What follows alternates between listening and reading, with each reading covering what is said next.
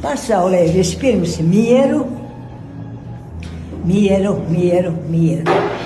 un skaistuma sajūtu.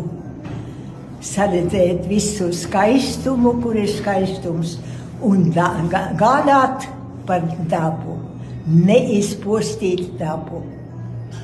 Un ieskatīties sevī un arī citos redzēt labu.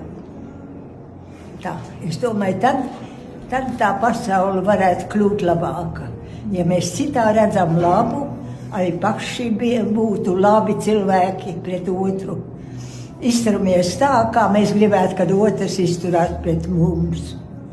Ja tā visi darītu, tad tā pasaule būtu kārtībā, vai ne? Kaut kā izbalansētos viss.